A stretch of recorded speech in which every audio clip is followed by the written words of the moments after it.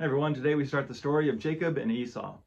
Isaac's wife Rebekah became pregnant, but the boys pushed against each other inside of her, and she said, "If this is what it's like, why did this happen to me?" So she went to ask Yahweh, and Yahweh said to her, "Two nations are in your womb.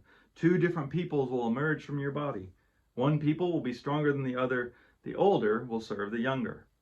When she reached the end of her pregnancy, she discovered that she had twins. The first came out red all over, covered with hair. She named him Esau. Immediately afterward, his brother came, gripping Esau's heel, and she named him Jacob. Isaac was 60 years old when they were born. When the young men grew up, Esau became an outdoorsman who knew how to hunt, and Jacob became a quiet man who stayed at home. Isaac loved Esau because he enjoyed eating game, while Rebekah loved Jacob. So we're shifting our main character here, and we're seeing, sibling rivalry has been kind of a minor theme with Ishmael and Isaac, but now that becomes a major role. Sibling rivalry and then also favoritism from parents.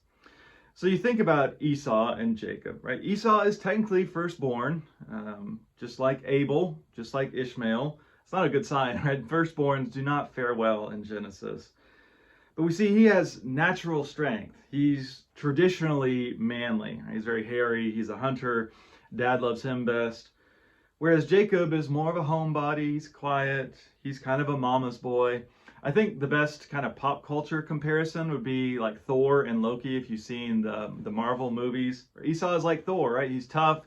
He's strong. Everybody loves him. Whereas Loki is quiet and a little more conniving. And his mom likes him, but a lot of others don't.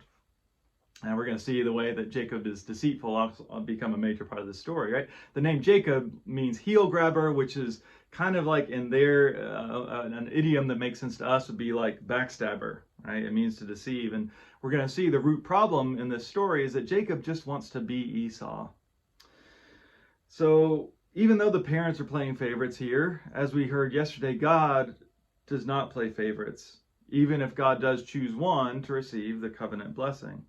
Right, we heard that kind of prophecy, I think you could call it, in verse 23 about the older serving the younger, but actually the Hebrew is way more ambiguous than we often translate it. It's missing some words to tell us what order those go in, and you could read it the opposite way of the older shall the younger serve. At this point, it's actually more of an open question than we might think. I mean, technically their story ends with Jacob bowing down to Esau and calling him Lord, even though Jacob is also the one who's inherited the blessing of Abraham. As we've seen, God does not choose the naturally strong, but that doesn't mean that they're rejected.